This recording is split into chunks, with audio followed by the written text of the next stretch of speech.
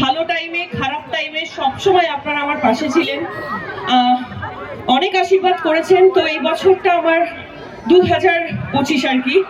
14 ফেব্রুয়ারি release হচ্ছে বাবু সোনা, জিতু কামাল আর আমার প্রথম জুটি।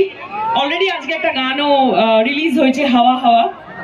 আর এরপর আসছে আমার ভীষণ, মানে আপনারা জানেন, একটা উপন্যাস অবলম্বন করে বঙ্কিমচন্দ্র চট্টোপাধ্যায়ের দেবী চৌধুরানী। দেবী চৌধুরানীতে আমাকে দেখতে পাবেন অ্যাজ দেবী চৌধুরানী। আমার এই সারা জীবনের, মানে এত দিনের অ্যাক্টিং ক্যারিয়ারের ভীষণ স্পেশাল একটা ছবি আসতে চলেছে, যেখানে আমি একজন মহিলা স্বাধীনতা সংগ্রামীর চরিত্রে অভিনয় করেছি। আমার জন্য সত্যি খুব খুব টাফ ছিল, কিন্তু খুবই চেষ্টা করেছি। আমাদের ডিরেক্টর শুভ্রজিৎ মিত্র, উনি একজন ন্যাশনাল অ্যাওয়ার্ড উইনার। আর অবশ্যই আমাদের প্রিয় সবার মুম্বাদা প্রসেনজিৎ চ্যাটার্জি এই ছবিতে আছেন ভবানী পাঠকের চরিত্রে। তো অবশ্যই 1 মে রিলিজ হচ্ছে দেবী চৌধুরানী। শ্রাবন্তীকে একদম অন্যরকম ভাবে দেখতে পাবে, কারণ প্রত্যেকটা মহিলার মধ্যে একটা যোদ্ধা থাকেই, কারণ আমাদের অনেক কিছু ভাবে লড়তে হয়, লড়ে জীবনে এগোতে হয়।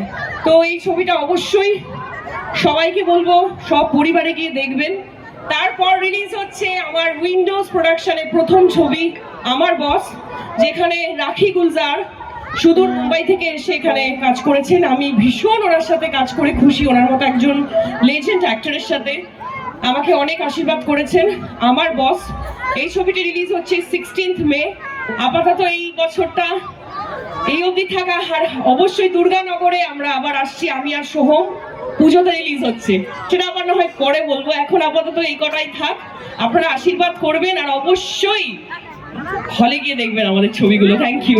তুমি তো আমাদের সকলের আশীর্বাদ আছে আর থাকবে, তাই তো? জোর করে চিৎকার করে বলতে হবে হ্যাঁ কিনা। ব্যাস।